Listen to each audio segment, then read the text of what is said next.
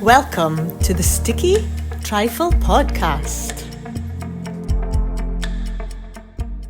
And the podcast today that you're going to be viewing, it's a wee bit different for the usual podcast because last week's was meant to be the last scene for the summer.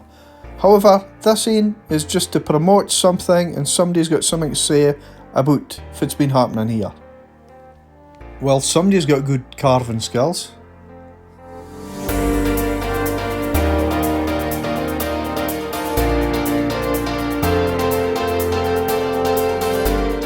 Welcome to Sticky Trifle Podcast. And welcome once again. It's Sticky Trifle Podcast number 61. It's a bit different. Because we're Duncan's doing, and we've got Dougie Cooper's back on again. I'll soon be a celebrity. How are you feeling anyway? Fine. Yeah. Right, are you to do with this place? We've just done a bit of refurbishment on it and brought it back to its former glory. Right, so I didn't care anything about Duncan's doing. I went online, I couldn't even find a lot online about Duncan's doing. So this goes back to your childhood, does it? Yes, that's right. Right, okay. So Dougie's going to want to speak about what Duncan's doing is and why it's so special to him. And it's for a community, isn't it? It's definitely for a community use. Totally for a community. Yes, Right, so I'm going to let Dougie take over and here we are. Alright, so approximately 50 years ago, there was a guy called Duncan. He worked himself across in a cattle boat to America. He was very poor, so he was down in the bowels of the boat feeding cattle and mucking out cattle.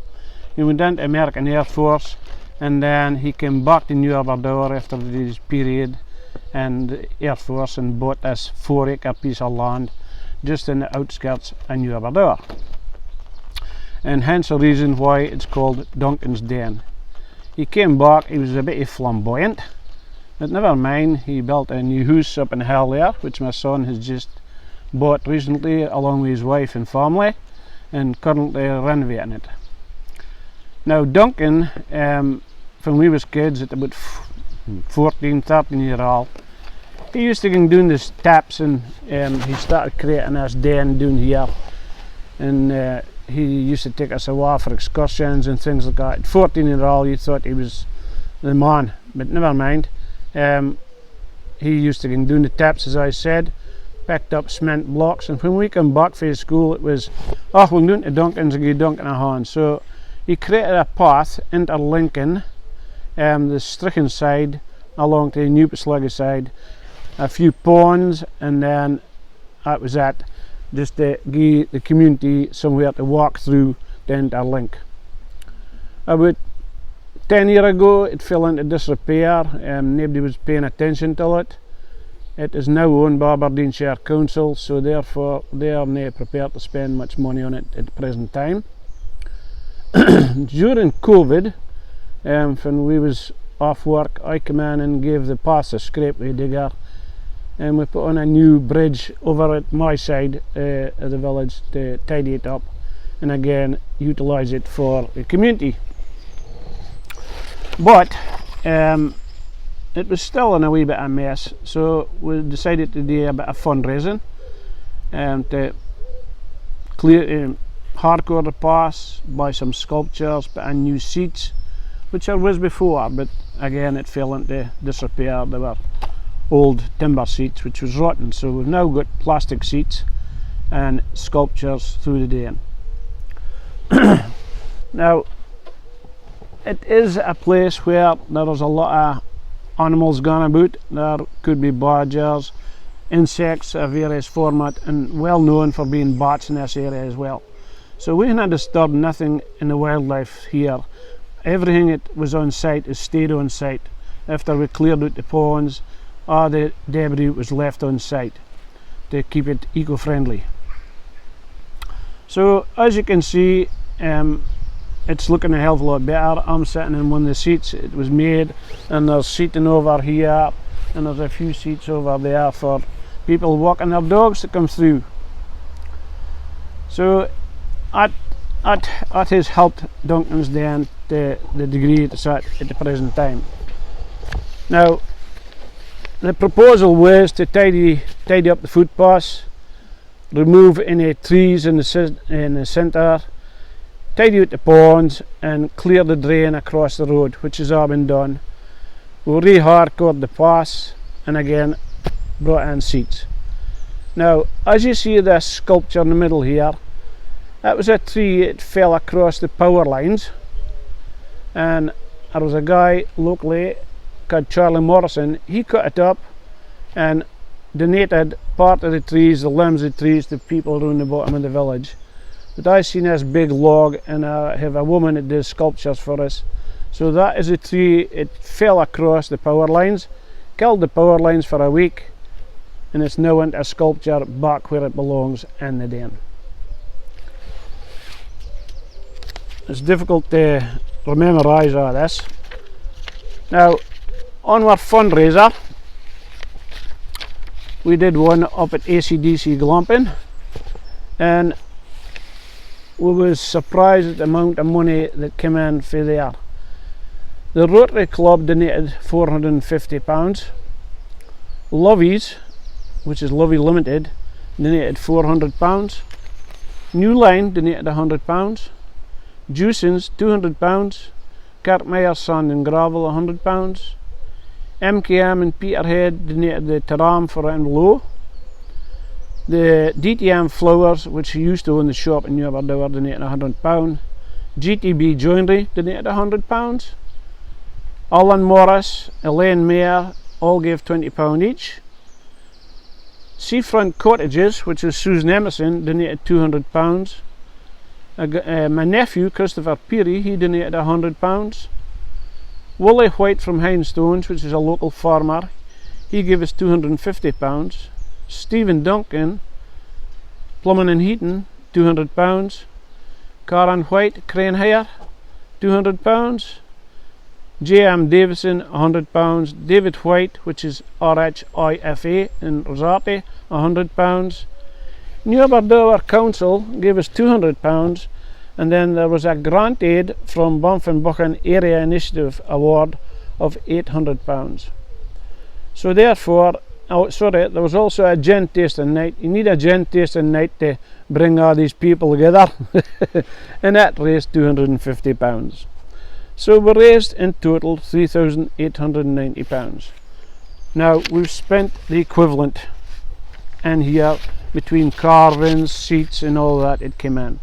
So I would like to thank the people personally that donated for this particular project. It is much appreciated, I can assure you that. Now there was also people who was involved in doing the work, and they were all tied in with myself because you can't have plant machinery going about with a heap of volunteers. So there was Ryan Adams, Stephen Dewar, they did the groundworks, which is employed by myself. There was my son Dougie Cooper and Peter Bruce, they're both local joiners. They did the groundworks and cut up edging. Wilson and Bruce Irvin supplied the hardcore and delivered it. Cairnhill Developments provided the mini dumper for a weekend. MB Plant Fraserburgh, a mini digger and a dumper for the weekend, free of charge. GTB Joinery, we got a shot of his big forklift to lift the sculptures in place.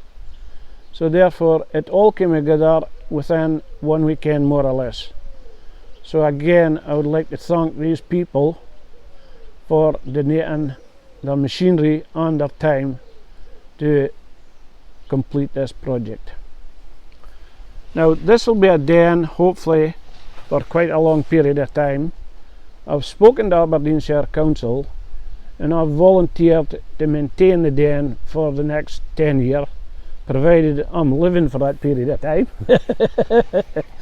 So that'll kind of keep it, and I'll just kill the weeds and leave the place to be natural, because we don't want that fallen to disappear again. The ponds at present are empty of water because there's a drought and there's a dryness, so therefore there's nothing moving about in the ponds. but when they are in flower they are quite beautiful.